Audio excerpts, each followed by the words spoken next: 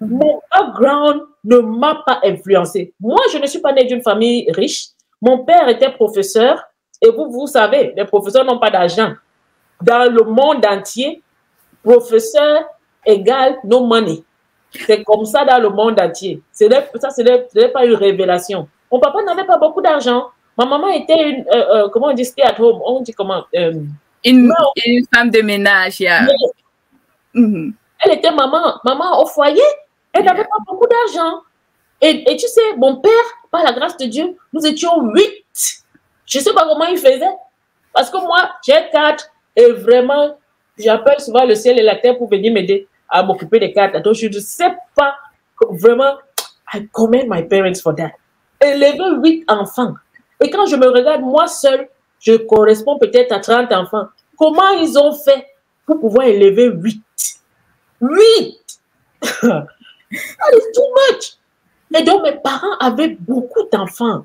Et en Afrique, et comme je vous ai dit, j'ai grandi en Afrique, on avait les cousins, les cousines et les cousins, et parfois même les cousines. Quand tu demandes, tu poses la question, celui-ci, c'est le frère de... Non, tu connais mon arrière-arrière-grand-mère et son arrière-arrière-petit. Tu demandes, mais la connexion, c'est pas... C'est pas où? Allez demander aux Africains, la connexion, c'est à quel niveau? Tu le vois, mais c'est ton cousin.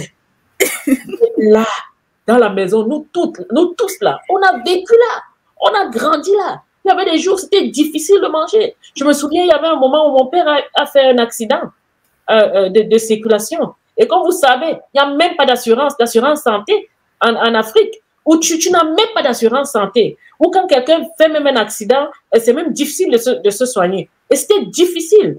Tout ce que mon papa avait comme argent allait dans ses frais, ses soins, parce que il avait eu un accident grave. Je crois que le pied, il y avait quelque chose avec le pied. Et jusqu'à aujourd'hui, mon père boite à cause de cet accident qui a eu lieu là. Vous voyez, il fallait emprunter de l'argent par-ci, par-là. Donc, à cause de cela, et le fait que c'est mon père, c'était le seul gars, c'est lui seul qui avait vous voyez, qui rapportait de l'argent dans la maison. On n'avait rien à manger. 8 enfants. Tu imagines qu'on n'avait rien. Tous les jours, quand on se réveillait, on se demandait comment on va faire pour vivre aujourd'hui. Comment on va faire pour manger. If it was not God. Et un jour, une tante arrive chez nous, à la maison. Elle dit, OK, allons dans ce champ-ci. Il y avait juste un champ là à la maison. Un champ, je vous dis, ce n'était pas un champ. Ça ne ressemblait pas à un champ. Elle dit, creusons. On creuse le champ. Quand on creuse dans le champ, on trouve le manioc. On était ici avec le champ, il y avait le manioc. On a commencé à creuser. On a trouvé le manioc, les macabos, les patates, God. Wow. Dieu.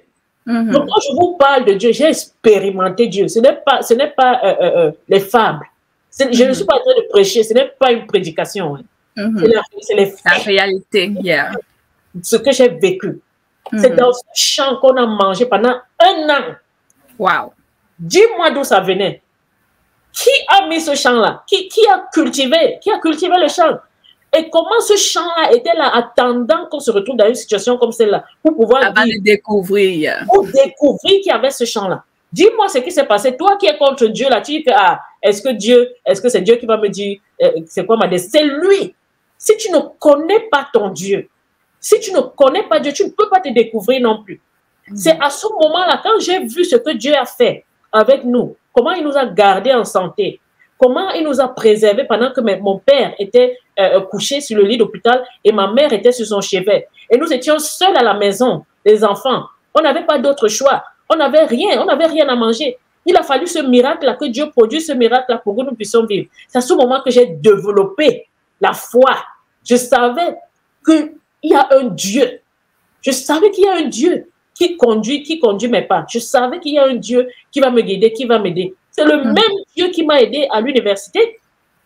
Quand ce monsieur faisait les vertes et les pas mûres. Ce même Dieu qui m'a donné la sagesse. Quand je suis arrivée dans le bureau du recteur, et puis la secrétaire est sortie, et j'ai couru dans le bureau du recteur pour pouvoir avoir un passage, pour pouvoir accuser le monsieur qui qui faisait la pluie et le beau temps. Comme je disais aujourd'hui là en prison, je suis partie de l'université de Yaoundé 1, étant connue comme la fille du recteur. Je ne suis pas la fille du recteur.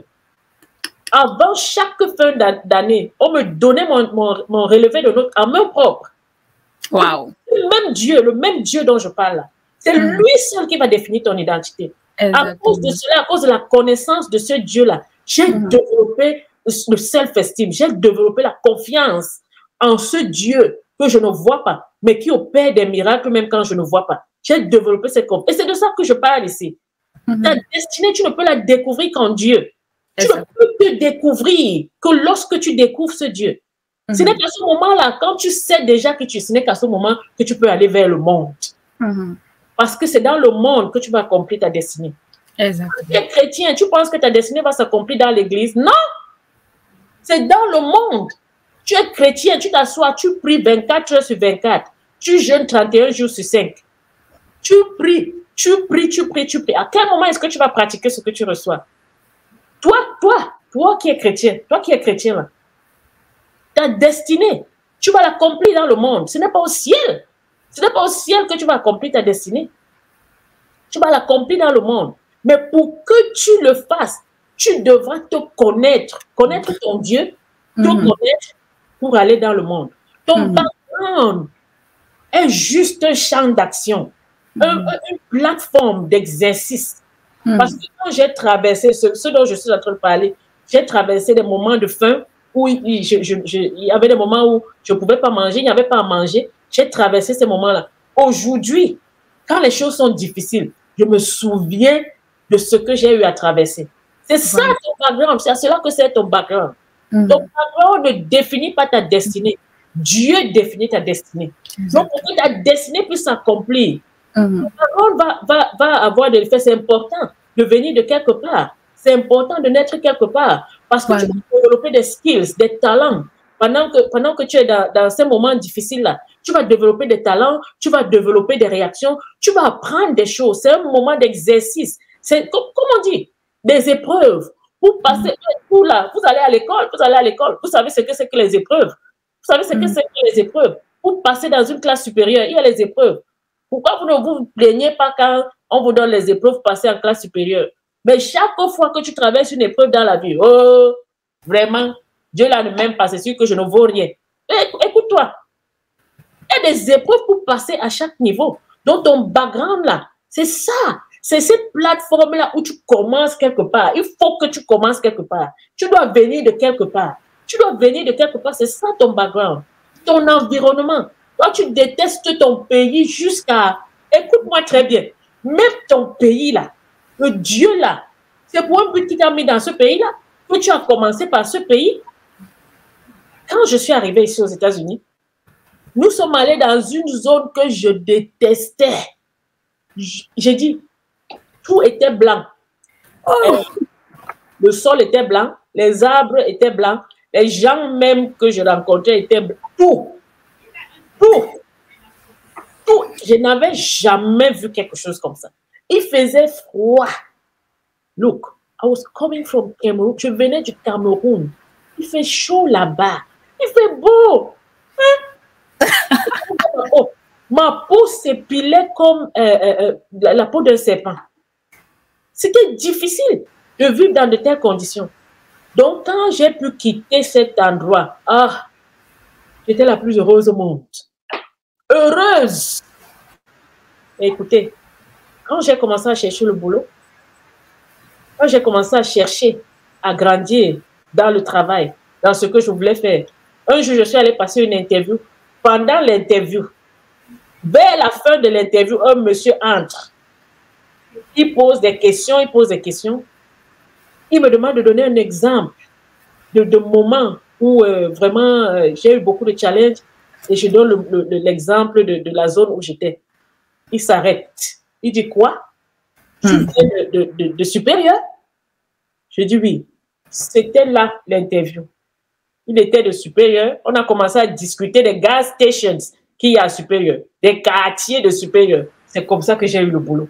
Wow! Tu t'inquiètes, tu te plains, tu te fâches. Oh, le Cameroun, c'est un mauvais pays.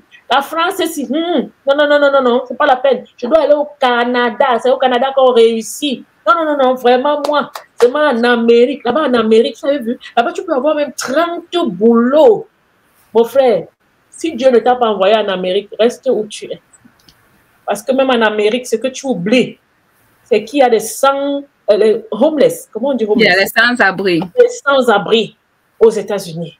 Il y a des sans-abri dans le monde entier. Il y a des gens ici aux États-Unis qui meurent de faim. Il y a des gens ici qui n'ont pas de quoi manger, qui n'ont pas de quoi se mettre. Chaque jour, quand je vais au boulot, juste à côté de mon building, il y a un monsieur qui a bâti un petit espace là, une tente, pour pouvoir vivre. Dans ce temps de froid, si cette période où il fait extrêmement froid, dernièrement, très récemment, il y a quelques jours seulement à New York, les gens sont morts de froid parce qu'il n'y a pas eu autant de froid récemment. Il n'y a pas eu autant de froid comme ça s'est produit dernièrement. Ils sont là, dans la rue. Toi, tu as un toit où tu te trouves. Tu es dans la maison de tes parents, ils se battent pour te donner le petit bout de pain qu'ils te donnent tous les jours. Tu te plains. Cherche Dieu. Cherche Dieu pour pouvoir te définir. Cherche Dieu pour pouvoir te définir, pour pouvoir découvrir le monde. Pour aller dans le monde où Dieu t'envoie, pour accomplir ta destinée.